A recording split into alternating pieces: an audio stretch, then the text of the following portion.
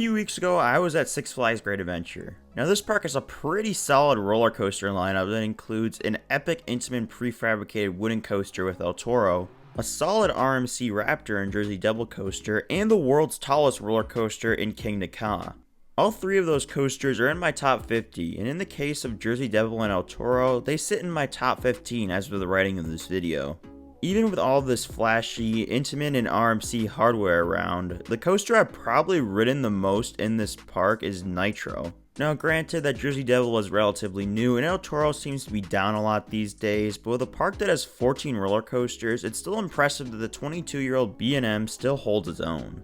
Nitro isn't exactly a ride that your average roller coaster enthusiast will flock to. Even in terms of B&M hypers, it only ranks 6 out of 8 for me. But that was the day I really started to realize I love B&M hypercoasters, like more than any other coaster model. Every park that I go to that has one of these machines, I always find myself trying to ride it as many times as I can, even if the ride doesn't necessarily rank too high for me. Even when I was at Carowinds in July, I found myself lapping Intimidator over and over again. To be fair, Fury 325 was closed, but I still ended up ranking it as the third best operational coaster in the park behind Copperhead Strike and Afterburn. The more I thought about it, I realized there's 6 reasons why B&M Hypers are by far the best coaster model ever created, and every other manufacturer has been chasing B&M's greatness ever since the model was introduced back in the late 90s. Today, I'm going to go over why the B&M Hyper has every other roller coaster model beat, even though they may not deliver the most top-tier ride experience. One clarification I want to make is that I don't consider Leviathan, Orion, or Fury 325 to be in this category of the Hyper, as for one, they're not Hypers, yes, even Orion, and they tend to ride a little bit differently than your average Hyper.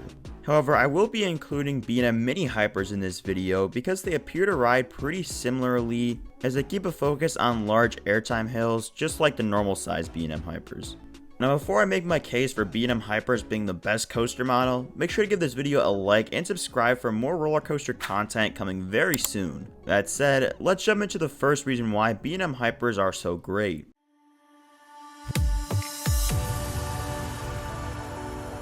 I know there's a select number of coasters, mainly launch coasters, that are really good with lackluster stats. But most rides with a lift hill that rank really highly for coaster enthusiasts are in the upper tier in terms of stats.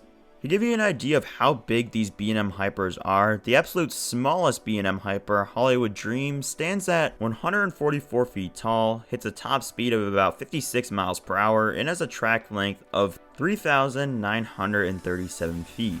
Now unless your home park is Cedar Point or Six Flags Magic Mountain, there's probably only 1 or 2 coasters at that park that have stats better than this coaster, if any at all. And remember, that's just the smallest one. Some of the largest B&M Hypers are around 250 feet tall, break speeds of 80 miles per hour, and have track lengths that surpass 5,000 feet. The fact of the matter is, these things are absolute beasts, and they're usually the largest coasters in their respective parks. For me, a big attribute of a great roller coaster is the presence that they have in their park. Does it catch your eye when you drive up to the park? Can you hear the roar of the coaster? Would it intimidate a casual park goer? A B&M Hyper certainly checks all those boxes.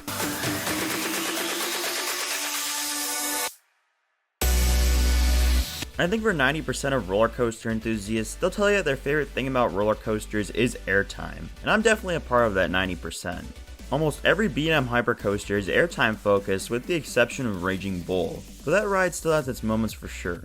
Most of these hypers all have 3 or 4 really big floater airtime hills that deliver a profusion of satisfying airtime. Obviously, the amount of airtime you get can vary based on where you sit, but usually you'll get a few seconds to really take in the feeling of your body gracefully floating up out of your seat. The second half of a B&M Hyper can vary based on the individual layout, but typically you'll find some smaller hills that still manage to deliver some sustained floater airtime, or even a taste of ejector.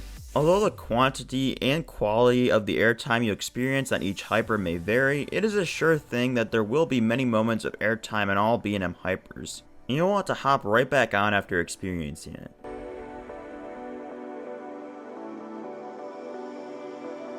Another good reason for you to hop right back on is that these rides are very comfortable.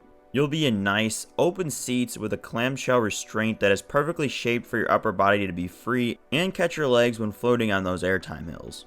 You won't be getting off these rides with a headache, bruises on your legs, or in any other kind of pain like some other coasters. These coasters just don't have elements, maybe with the exception of the occasional intense helix, that are really hard on your body that'll make it tough to re-ride. Most of these rides are very smooth as well. Some of these coasters have a rattle, some worse than others, but usually they are limited to areas of the ride with high positive G-forces, like the valleys between airtime hills. So it's not likely to be a constant thing. Everyone has different tolerance levels, but I've ridden enough roller coasters to know that a rattle on a B&M Hyper is not anywhere near an uncomfortable experience. And for me personally, it doesn't really bother me at all.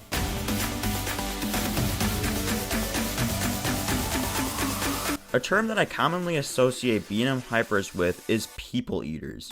Most B&M Hypers are built for big parks that want to run 3 trains on their coasters and get them out at a fairly quick pace. Unless you're Hershey Park. Anyway, each train can usually hold about 30 or so riders, and if the park can dispatch trains once every 60 seconds, you can get some crazy high capacity yields. For example, Behemoth at Kina's Wonderland, which is a coaster with typically fast dispatches and 3 train operations, can yield a throughput of 1,545 riders per hour, which in the course of a 12-hour day yields a total of 18,540 riders, which is the size of a large town. Now obviously, that total doesn't take into account how many empty seats there are, anything that could slow operations down, or weather delays, etc. But the fact that this ride could probably accommodate every person in the park who is willing and able to ride is such a cool thing.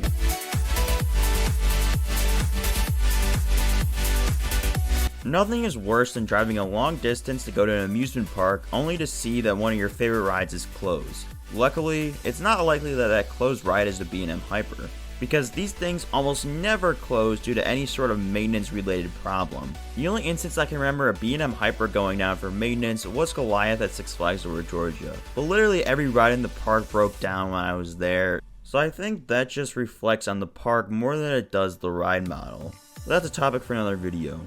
The point is, these rides are literally almost always open. Like, yeah, there's an occasional extraordinary circumstance, but I feel like every month or two you hear about how an Intamin or an RMC is going down for an extended period of time. But rarely does it happen with B&Ms, which goes to show how great the products that this company makes are.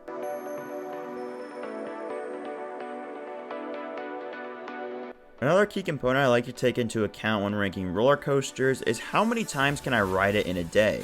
If it was a really good experience, do I feel like I can get right back on immediately without having to recover from the forces of the ride? In other words, can I marathon it? The answer to this question, for me, is always yes when I ride a B&M Hyper. When the train hits the brakes for one of these machines, I'm always looking at the line to see if I can either run back around or stay right in my seat to take another lap.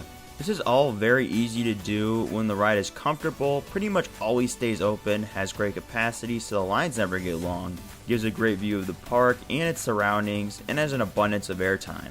So pretty much all the first 5 reasons I mentioned culminate in a ride that I'm always itching to get back on.